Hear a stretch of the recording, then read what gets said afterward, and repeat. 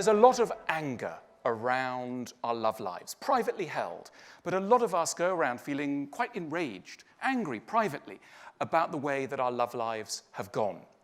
My task today is to turn that anger into sadness. If we manage to turn rage into grief, we will have made psychological progress. And this is the task today.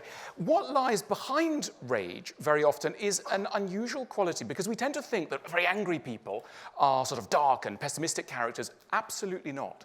Scratch the surface of any regularly angry person, and you will find a wild optimist. It is, in fact, hope that drives rage. Think of the person who screams every time they can't find their house keys, or every time they get stuck in traffic. These unfortunate characters are evincing a curious but reckless faith in a world in which keys never go astray, the roads are mysteriously traffic-free. It is hope that is turbocharging their rage. So if we're to get a little bit less sad and a little less angry about our love lives, we will have to diminish some of our hopes. It's very hard to diminish hope around love because there are vast industries designed to inflate our expectations of love. There was a wonderful quote from the German philosopher Theodor Adorno, who in the 1960s said that the most dangerous man in America was Walt Disney. And the reason for his attack on Walt was because he believed that Walt was the prime agent of hope, and therefore of rage, and therefore of bitterness. And he thought that it was the task of philosophy to let us down gently, which is what I'm going to be doing today. So remember the theme of the talk, why you will marry the wrong person. There are a number of reasons why this is going to happen to you, or has maybe already in the privacy of your heart happened to you.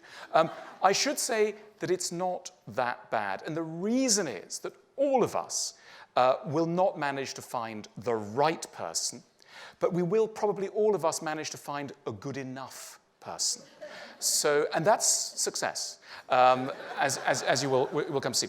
One of the reasons why we're not going to be able to pull this one off as successfully as we might have hoped at the outset of probably our teenagehood when we were contemplating love, is that we are very strange. I'm very strange and you're very strange. You don't let on, and we're not going to do anything very dangerous, but we are basically psychologically quite strange.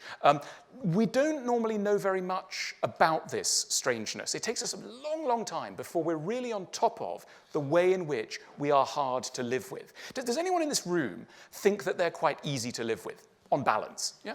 Oh my goodness. Okay. I don't want to be rude, but please come and see me afterwards. I know that you're not easy to live with. And the reason is that you are Homo sapiens, and therefore you are not easy to live with. No one is. But there's a wall of silence that surrounds us from a deeper acquaintance with what is actually so difficult about us. Our friends don't want to tell us, why would they bother? They just want a pleasant evening out. They're not. Our friends know more about us and more about our flaws, probably after a 10-minute acquaintance. A stranger will know more about your flaws than you might learn over 40 years of life on the planet. Our capacity to intuit what is wrong with us is very weak.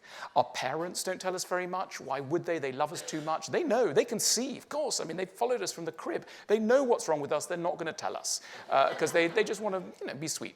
And our ex-lovers, a vital source of knowledge, they know. Absolutely, they know. But do you remember that speech that they gave? It was moving at the time when they said that they wanted a little more space and were attracted to travel and were interested in the culture of Southeast Asia. Nonsense. They thought lots of things were wrong with you, but they weren't going to be bothered to tell you. They were just out of there. Why would they bother? So this knowledge that is out there is not in you. It's out there, but it's not in you. And so therefore we progress through the world with a very low sense of what is actually wrong with us.